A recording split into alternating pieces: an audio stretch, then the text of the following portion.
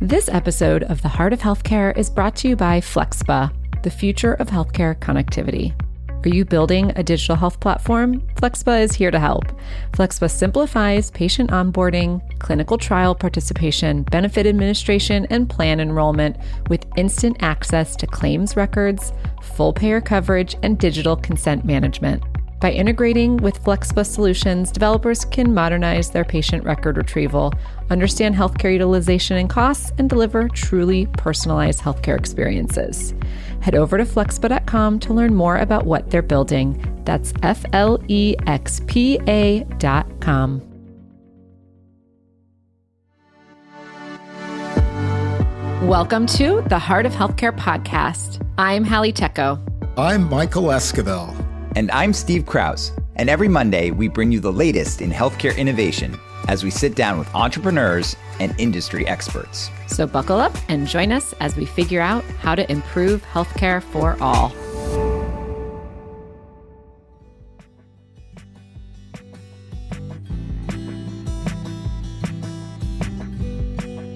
Hello, listeners, and welcome back to the Heart of Healthcare podcast. I'm Hallie Tecco, and I'm here with my co-host, Michael Esquivel. Hi, Michael. Good morning or afternoon or evening to all our listeners out there. Good to be with you, Hallie. I'm excited for this topic today.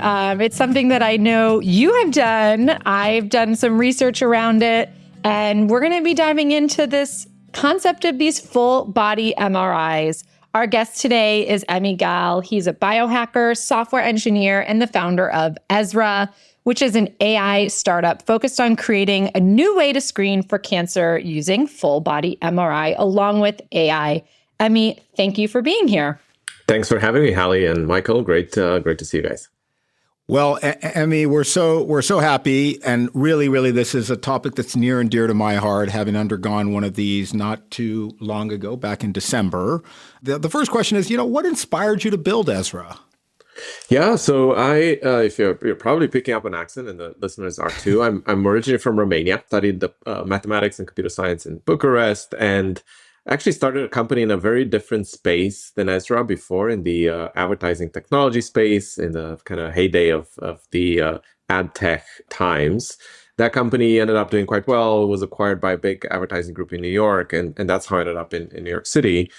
And then was looking at what to do next, and what drew me to cancer is a personal experience with cancer. I'm personally at high risk for melanoma. I have over 200 moles on my body, puts me in the highest risk bracket for skin cancer. And I've had cancer in my family. Sadly, my mother passed away from cancer because she found cancer late. And so I started looking at how you could go about finding cancer early for folks, spent about 2 years doing research, and landed on a full body MRI being kind of the ideal solution for early cancer detection. And we can kind of talk a little bit about how I got to that conclusion and why I think it is the best way to screen for cancer today. Thank you for sharing that about your mother. And obviously you're coming at this with such a personal drive for early detection. I read that you guys have helped 6% of your members identify potential cancer early. Can you walk us through that funnel? Like, what percent of customers had something flagged in their scan that required follow-up that kind of led to this 6% number? For sure. Yeah. So we've now scanned tens of thousands of people. So kind of like a significant number. And about a third of our members find things that are important. This is not necessarily cancer findings, but things that might impact their health. Fatty liver disease, disc herniations, aneurysms, endometriosis, other things. And then in about 6%, as you noted, Hallie, we've found potential cancer. And the kind of worrying thing for us, having looked at all of this data, is that a lot of the cancers we find are, one, cancers in organs that don't currently have screening procedures. So like pancreatic cancers, brain tumors, adrenal glands, an alarming number of kidney cancers. That's one. And two, we find cancer in a lot of young people, young being kind of 40 and below, which goes against kind of like typical screening statistics. And yet, we're finding cancer for young folks almost every week now. But what is that funnel? A third of members find something that's important. So a third of them are having something where there's a required follow-up, or can you just walk us through that? For sure. Yeah. So to really determine what should be done about Ezra findings, we've actually created a scoring system. We call it an E-score, where we rank every single finding in an Ezra scan on a score of 1 to 5. This is modeled on a ranking model created by the American College of Radiology called RADS. So they have PI-RADS for prostate, BI-RADS for breast, lung RADS for lung, and so on. We've expanded it to the entire body. And what this essentially does is allows us to score findings. So 1 and 2 are findings that don't require any follow-up. This might be a bone island in your spine that's asymptomatic, or it might be a tiny little cyst that shouldn't be acted upon, at least not yet. These are green, they're 1 and 2. Then we have indeterminate findings, which are 3. This might be a PI-RADS prostate lesion that could be prostate cancer, but it's indeterminate for now. For those we recommend monitoring over time.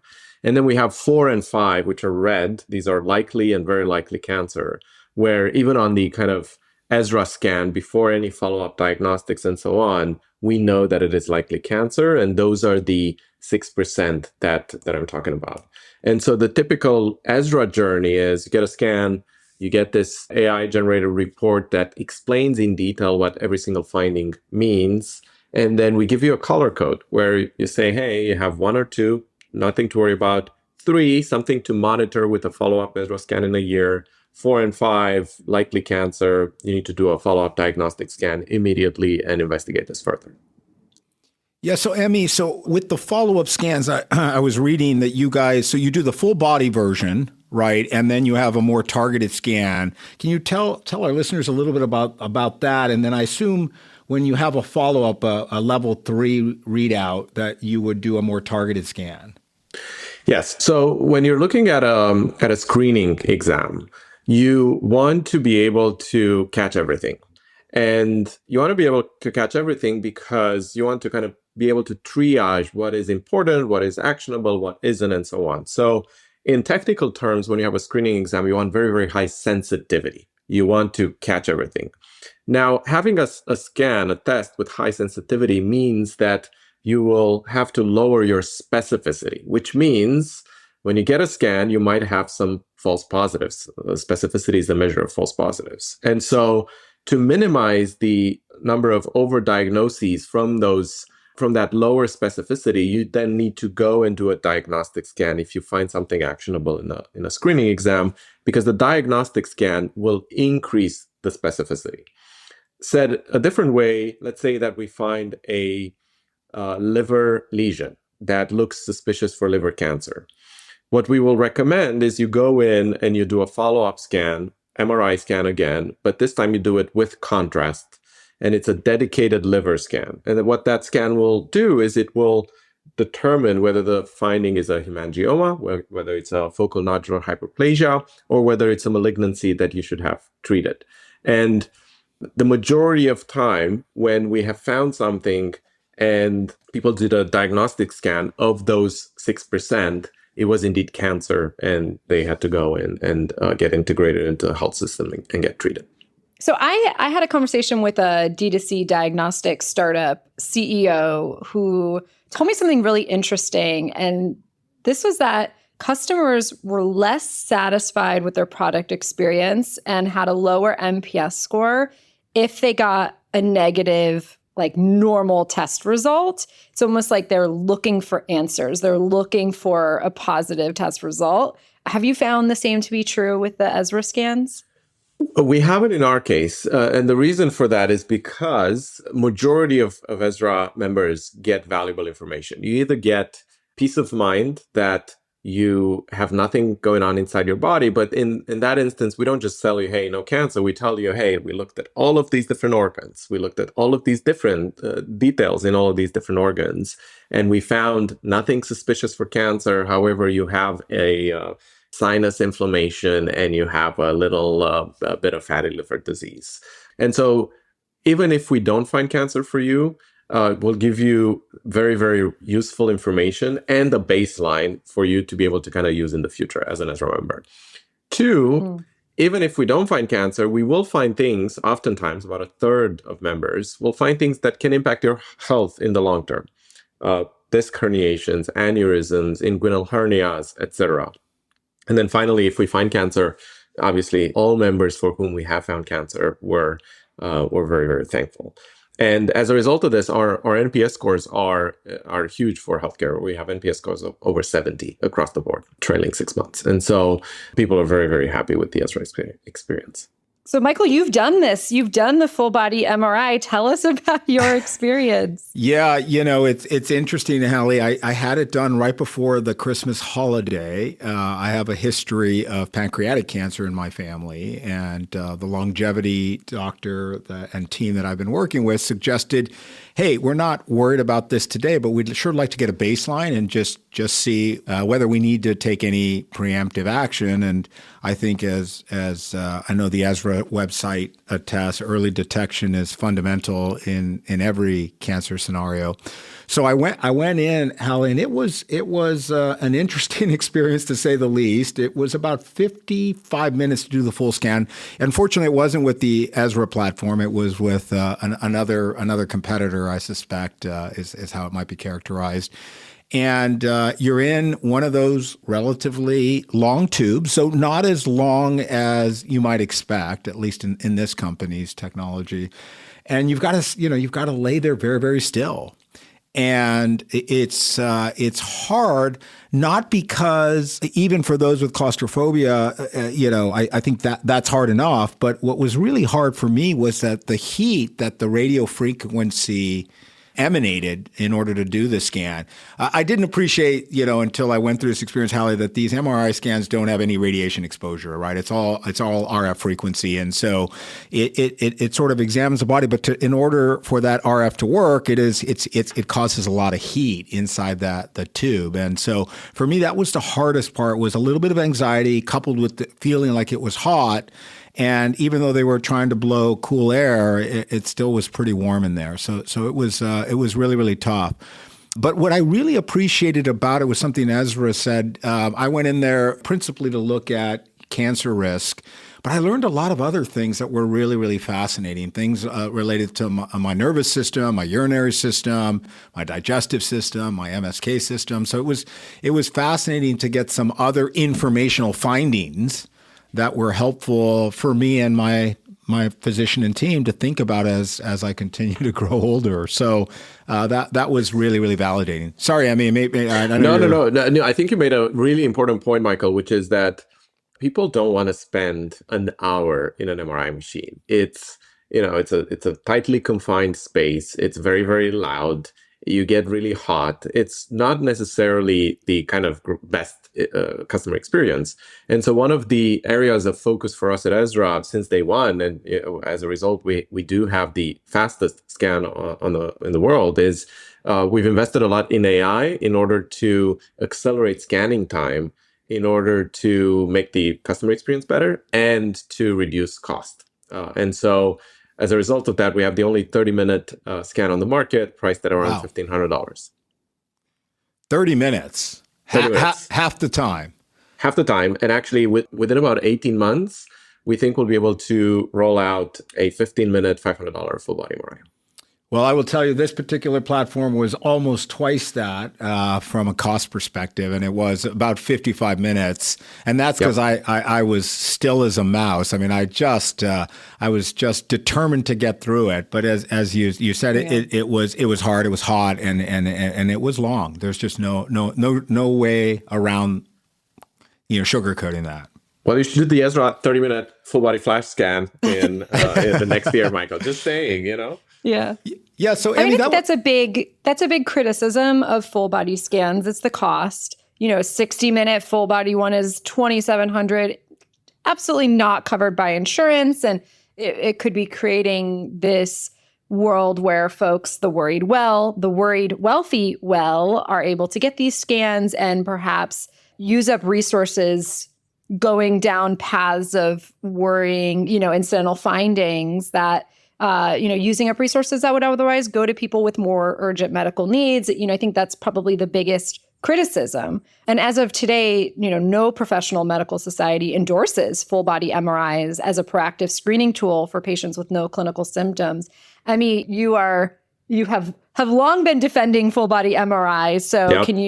can you tell us the other position of why you think that these tools are necessary and helpful and good for healthcare overall? Absolutely. In the face of new data, they could change their minds. So a few things to unpack there. First, the fact that medical societies are not yet recommending full body scans. A good parallel would be mammograms. So we've known since the 60s and 70s that mammograms work really, really well in terms of finding breast cancer for women. It was not until 1993 that mammograms were mandated as a screening guideline for breast cancer screening for women. And as it happens, in 1993 is when breast cancer death rates started dropping quite significantly. And so if you go and look back at what the medical societies were saying about mammograms back in the 80s and actually even 90s, they were saying, hey, don't do mammograms because overdiagnosis, because they're not yet validated, because they expose women to radiation in the case of mammograms. And actually the National Cancer Institute in 1992, a year before they became guidelines, was advocating that no woman should do a mammogram, which would be unfathomable today for women over 45. And so the state of the art in technology is always 5 to 10 years ahead of the guidelines, because the guidelines just need data and they need to see sensitivity and specificity numbers in order to embrace one of these tests. And so at Ezra, we have a clinical trial going. We've been collecting data from day one in order to calculate the sensitivity and specificity. We've now done tens of thousands of scans. With that data, we'll be able to ultimately publish and kind of push the boundary on getting medical societies to embrace. So that's kind of like on the medical societies not yet embracing full body scans. But you're betting 5 to 10 years they're going to catch up. Well, so if you wait for the third-party bodies to get the data and get the scans done and so on, it's going to be even longer. We've now been running Ezra since day one, essentially as a clinical trial, and it's been 5 years. So we have, 10,000 plus scans. We have a lot of follow-up data. We will soon be able to publish a lot of this data and start making the case for having the scans mandated as screening guidelines. I think what's going to happen is initially it's going to be high-risk populations, and then it's going to be age-based, and then it's going to be everybody. That's kind of like generally the way it works with screening procedures. So that's on the kind of medical societies and adoption and so on. The second big piece is cost, right? I mean, in order for a screening procedure to be leveraged at scale, you need anyone to be able to afford it. You need insurance companies to be able to pay for it and so on. And at $2,500, the math is just not going to work at a kind of population level. And so that's why from day one, we've been investing in AI to make scans faster. And as a result of that, make scans cheaper.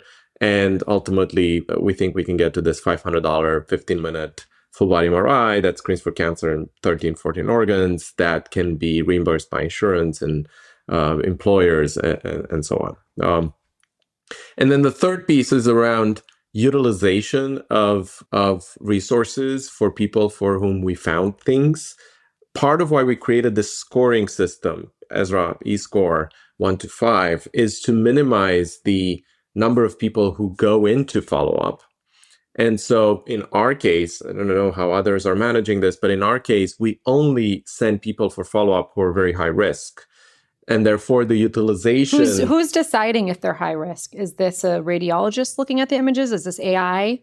Yeah, so it's a combination of radiologist, PCP, primary care physician, not the persons, but like we have our own medical providers on staff, and AI. And it's the combination of the three that is assigning scores to these findings in order to determine whether the findings are highly suspicious for cancer or not. And because we are able to kind of stratify people and have only send in people for follow-up who need follow-up, we're actually reducing utilization of the health system. Because if you find cancer early for folks and you can isolate who are the ones that actually indeed have cancer, then the treatment for them is purely just surgery, maybe a little bit of radiation therapy sometimes. If you don't find cancer early for those people, the health system is going to spend an order of magnitude more money on treating them. Obviously, the survival rates are going to be much, much lower for those individuals, and you end up utilizing the system a lot more. And so, if done right, we believe that screening will save lives and reduce costs. And that's certainly what we're working on at Ezra. Some cancers, like prostate cancer, we know that, is slow. Most men die with it, not from it. How are you kind of differentiating the cancers that could potentially need treatment versus those where like maybe you don't need to know, maybe you don't need to worry? Because like my father, who's 80 this year and has prostate cancer, it's so common, and it's not going to be what kills him. Yeah, for sure. Yeah. So prostate cancer is actually a type of cancer where doctors are starting to recommend that we stop calling it cancer, just call it prostate lesions. And you may have heard me earlier in the interview mentioning prostate lesions as opposed to prostate cancer, because most prostate lesions will not kill the man. Some will. And so this is where I am a firm believer in something called multimodality screening. So if you find, let's say, a prostate lesion that is highly suspicious for cancer, instead of going straight in for treatment, you could do a bunch of other types of tests. A 4K test is like a type of PSA aggressiveness test that, in conjunction with an MRI test, MRI scan, can determine whether that particular prostate lesion is very, very aggressive and therefore should be treated or not. Most prostate lesions should just be monitored over time. But without Ezra, men could actually not monitor over time because most insurances, believe it or not, still don't cover prostate MRIs in the absence of a prior prostate biopsy, which is kind of backwards because the person will have a lot of kind of complications from doing a prostate biopsy. I don't know if you know how a prostate biopsy is done, but they put an ultrasound probe through the rectum. Sorry, Michael. And then they poke the wall of the rectum and push the needle into the prostate. And so you can imagine that they're like bacteria from the rectum will end up in the prostate. People end up having infection, urinary issues, sexual dysfunction, and in some instances, sepsis. So actually, most prostate lesions you should not touch. You should just monitor over time. Without a scan like Ezra, you can't actually monitor over time because your insurance is not going to cover your prostate MRIs. And so part of what we believe at Ezra in terms of kind of the future of screening is something that we call longitudinal monitoring. So you do a scan this year. If you find something that is indeterminate, say a prostate lesion, you do another scan next year. You see if it's grown in size. If it hasn't, you do another scan in a year from then. See if it's grown in size. If it hasn't, then you kind of know it's pretty stable. If, however, it's growing in size and it's growing at an accelerated rate, etc., you know that it's problematic and that you should do something about it. So this concept of kind of longitudinal monitoring is we think, really key to minimizing overdiagnosis and maximizing the ability for us to find cancer early for folks. Yeah, I find that, Emi, really compelling. It's one of the philosophies that many longevity doctors ascribe to, is collecting that longitudinal data, starting with a baseline and seeing how, Totally. hopefully it doesn't change, but if it does, understanding how it does. Let me ask you, though, so are you guys, for your sort of average patient, she comes in and, gets a relatively clean bill of health. Maybe there's some level 1 or 2s or class 1 or 2. I forget the phraseology you use. E-score, yeah. Okay, the E-score 1 or 2. So it's sort of just something to be aware of, but not something that necessarily requires immediate action. Is it your recommendation, or in your experience, is it best to be doing these yearly for those types of patients, or are you thinking, again, I'm sort of trying to triangulate with cost and longitudinal data at the same time. How to, is a year too soon, too quick for those categories of patients that are in that E-score of 1 or 2 in most areas? It depends, Michael. It's a really good question, and it depends on mainly the person's risk. And so in your case, you are 35 and over, and well north of 35, but thank you for the compliment, Emi. And you have a family history of pancreatic cancer. That's right. And so if you can afford it, it will be wise to get a scan every year. Now, for a 25-year-old triathlete who has no family history of cancer and has done an Ezra baseline scan, do they need to do one every year at 25? Probably not, unless their risk changes. But if they can afford it, and given that our scans are just getting faster and cheaper every year, 30-minute in a scanner can save your life. And you never know what happens. We routinely now find cancer, as I mentioned, for very young people. And I think it has to do with the environment, with the kind of the food supply chain system, and some environmental factors that we're seeing increased rate of GI-related cancers in young people. And so if you can afford it, 30 minutes can save your life. And we recommend that you do it every year. Definitely do it every year if you're over 40.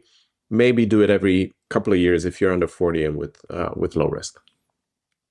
That's super interesting. Can we pivot back just for a minute to the AI that Ezra's utilizing here? So I guess my first question is, have you guys run side-by-side comparisons for those that sort of do the long form scan versus the 30-minute AI-powered version? So what's really unique about Ezra is that we actually use AI at every step of the screening process. And I can talk a little bit about that and then kind of circle back to your question. So when you're looking at a scan, you have the scan itself, you have the radiology interpretation, and then you have the radiology report that is delivered to the person. Right. In Ezra's case, we use AI at every step of the way. So we have an AI called Ezra Flash, FDA cleared, that allows us to enhance the quality of MRI images, remove noise, make them look crisper. And so what that enables us to do is decrease the scan time and then enhance the quality of the images. As a result of that, we scan in half the time without compromising on image quality. So that's kind of like a really important piece. And we're one of the very, very few companies in the world that can do that. Two, the scans are then analyzed by radiologists. When our radiologists analyze scans, they are powered by a number of AIs. In Ezra's case, we built an AI called Ezra Assist, originally cleared for prostate, which is why I know a fair amount about prostate cancer, that assists radiologists when they read prostate MRI images for the purpose of making them faster, potentially making them more accurate. The radiologist reads the scan assisted by these tools. Some of them are built by us. Some of them are built by partners that we've brought on board in order to empower radiologists. And then we have an AI called Ezra Reporter that takes any radiology report and converts it into plain English, into kind of like lay terms so that anyone can understand what the radiology report means. If you look at a raw radiology report, they're generally pretty technical. There's a lot of jargon in it. As a consumer, you don't really understand what they mean. And so we translate that, it's reviewed by a doctor, and then it's published to the member.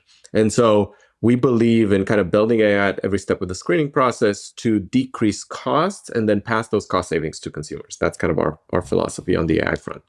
Now, when it comes to Ezra Flash and kind of any difference between the AI and non-AI scanning, the amazing thing about what AIs can do these days is that you can take an image or take an MRI, accelerate it by 50%, and then enhance the resulting image, and the radiologist will never know.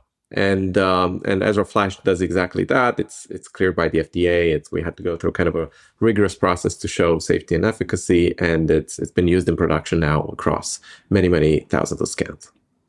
So why wouldn't everybody just do the AI version then? Yeah, so most people who sign up for Ezra now sign up for the Flash scan, like kind of most affordable 30-minute scan. The other scans that we offer actually incorporate some other things that are not relevant to cancer that we think are important. So our full body, non-AI Flash full body includes spine and hips evaluation. If you have any kind of degenerative spine issues, you'll see them in those scans. Our full body plus includes a low-dose chest CT for lung cancer screening and coronary heart disease assessment. In the US, the two biggest killers are cancer and heart disease. a low-dose chest CT with a coronary calcium score is the gold standard for a heart disease assessment. So that full body plus gives you not only cancer, spine, hips evaluation, but also lung cancer screening and heart. And then recently we launched a scan in partnership with Brian Johnson that we call the Blueprint scan, which is the most advanced scan in the world. It's actually might not be for you, Michael. It's 2 hours in an MRI machine. No way. Yeah. Plus, I know. Plus, I mean, could I be sleeping? Could you just do anesthesia and knock me out? Not really, actually, because you need to do some breath holds at one point in the scan. Yeah, and no, at several points. I was sitting there holding my breath. Okay, hold your breath. And I'm like, it's burning up in here. How long? You know? So that scan it gives you 14 reports as a result of acquiring all of that data. It's a really comprehensive, amazing thing. We've been building it with Brian for about 4 years. And Brian and I have decided to kind of make it available to anyone. And what do you mean make it available to anyone? It's almost $6,000. Well, anyone who can afford to purchase it. But this is a custom scan that was built for Brian, essentially, over the years. And is he doing this like every month, I imagine? More or less, yeah. Not every month, but every quarter. Yeah, I think Brian's been in an MRI scanner more than any person I know. Maybe like 100 hours of MRI scanning over the past, since I've known him. Wow. So like 4 years. Just a plug for his documentary. Is it called Don't Die? It's called Don't Die. Yep. It is fascinating. Yes. But Emi, you're kind of a quantified self guy yourself. I imagine you're not as extreme as Brian because you're running a company, so you don't have as much time. That's an understatement. I'm like the poor man's Brian. You know, I'm kind of like I do the 10% of the things that he does that I think are the highest impact for me. And I actually publish a whole bunch of longevity guides that are quite pragmatic on my blog, emigal.com. It's kind of like if you want to do the effective dose and no more, what should you do in terms of testing, diagnostics, workouts, nutrition, sleep, etc. And I publish these guides on my blog, and they're actually quite popular. Well, I'll include it in the show notes so listeners can get all of your pro tips for not dying. Just on the note of the quantified self, you went into this to catch cancer earlier. The other big diagnostic screening that we're hearing a lot about are these multi-cancer early detection tests like GRAIL, the liquid biopsy, movement. How do you see the role of what you're doing versus what the liquid biopsy group is doing? How do you compare them? Are they something that can work together? It seems like maybe liquid biopsies get coming out of favor lately. I'm just curious your thoughts here. Yeah, so there's an interesting anecdote that I can share, which is when I started Ezra, as I mentioned, I spent 2 years doing research to find the right approach. And I cycled through about a dozen ideas on how you could go about finding cancer early for people. And idea number one was liquid biopsy. This is many, many years ago, 2015 or 16, something like that. And I was researching the space, and I reached out to a scientist at Caltech, who's kind of famous person in genomics, and asked him if we could meet. I got a meeting with them, sat down. I had told him what I want to do, which is like liquid biopsies for cancer detection. And he sat me down, literally no small talk, and goes, Emi, my goal for this meeting is to dissuade you from going into this direction because it's not going to work. And it's not going to work because the sensitivity is never going to be good enough. And it's going to take the industry 5 to 10 years to see that. And you will waste 5 to 10 years. And 5 years later or 7 years later, since then, we're seeing that liquid biopsy tests have very, very low sensitivity. So if you take GRAIL, which is the kind of arguably most successful company in the space, they've published a whole bunch of data. Their sensitivity at stage 1, which is when you want to find cancer, is 16%. That means they have an 86% false negative rate. It's not a screening exam. It has its use in like maybe helping figure out what best treatment to do and so on, but it's not a screening exam. I have faith that some liquid biopsy tests might work in the future with some higher sensitivity, but they're not going to be pan-cancer. They're going to be organ or cancer specific, where they're going to just really dial in on, let's say, lung cancer, and they're going to build something that has higher sensitivity and specificity. But as things stand right now, there's very little clinical use for liquid biopsies for early detection, and clearly not as good clinical use as a full body MRI. Yeah, it's interesting because a lot of the literature out there sort of suggests, well, some of these liquid biopsy tests are really designed to be less invasive early detection options, right? So it's interesting to hear you say that. Yeah, well, so actually, it's they use the term they were designed, but it's actually not a design; it's a constraint. When you're looking for the DNA originating from a 2 millimeter tumor in the bloodstream, right? So, like, let's say you have a 2 millimeter tumor in your liver, and it's malignant, and you're doing a blood draw, and you are trying to identify the DNA material originating from that 2 millimeter tumor. For early stage cancer, the MAF, the mutant allele fraction in bloodstream originating from malignant tumors, is 0.1%. So 0.1% of the genetic material that you will find in a typical blood draw will be originating from that tumor. You're literally trying to find a needle in a haystack, which is why the sensitivity is so low. Now, if you're talking about late stage cancer, let's say stage 4, the MAF, the mutant allele fraction for stage 4 cancer in the bloodstream, is 10%. So you're like 2 orders of magnitude higher number of fragments in the bloodstream.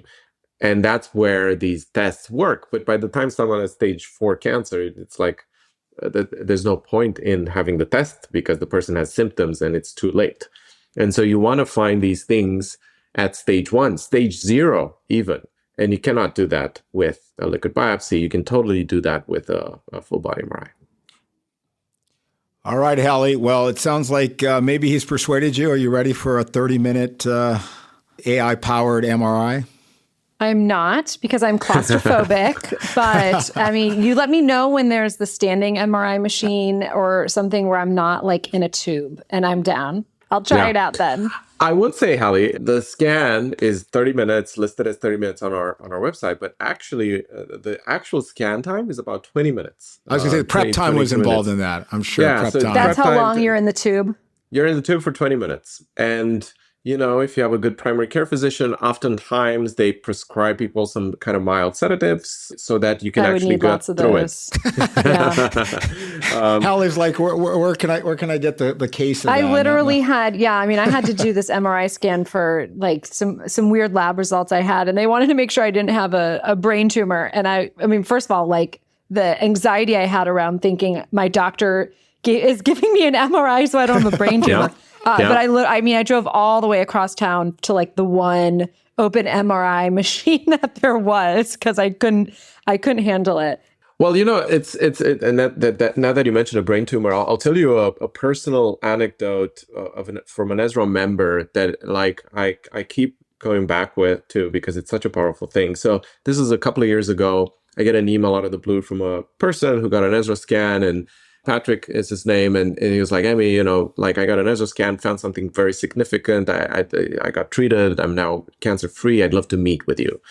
So I'm always like happy to meet with customers, with members. So I met with him in our New York office, and we sat down, and he was like, Emi, you know, just wanted to tell you that got an Ezra scan, found a brain tumor, turned out to be a glioblastoma. This is a young person, like a 35-year-old. And he went to a bunch of doctors. Everybody told him, hey, good thing you got this scan, because without the scan, you would have found out about this in like 3 to 5 years when it would have been too late, when you would have been symptomatic.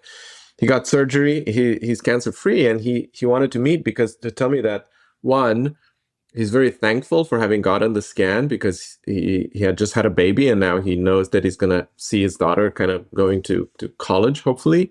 And two, he decided, as a result of getting the scan and having this experience, to go to Columbia Medical School and do a PhD in oncology and focus on cancer for the rest of his life. So cool. Very cool. So cool.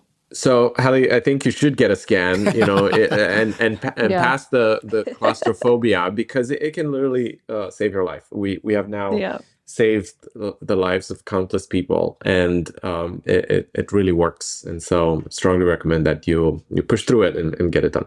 So, Emi, would the final question for me, would that 30-minute AI-powered MRI version, would that scan the nervous system as well? Or is it just, okay, it does? Yeah, it's head to knees, focusing on most primary organs.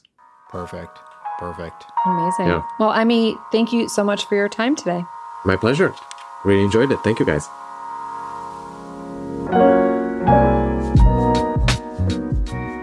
Thanks for listening to The Heart of Healthcare. If you enjoyed this episode and you'd like to support the podcast, please leave a rating and review, and don't forget to subscribe. The Heart of Healthcare is produced by Hallie Tecco and hosted by Michael Esquivel, Steve Krause, and Hallie Tecco. The show is engineered, edited, and mixed by Kyle Moore. Visit our website, heartofhealthcarepodcast.com, for show notes and details.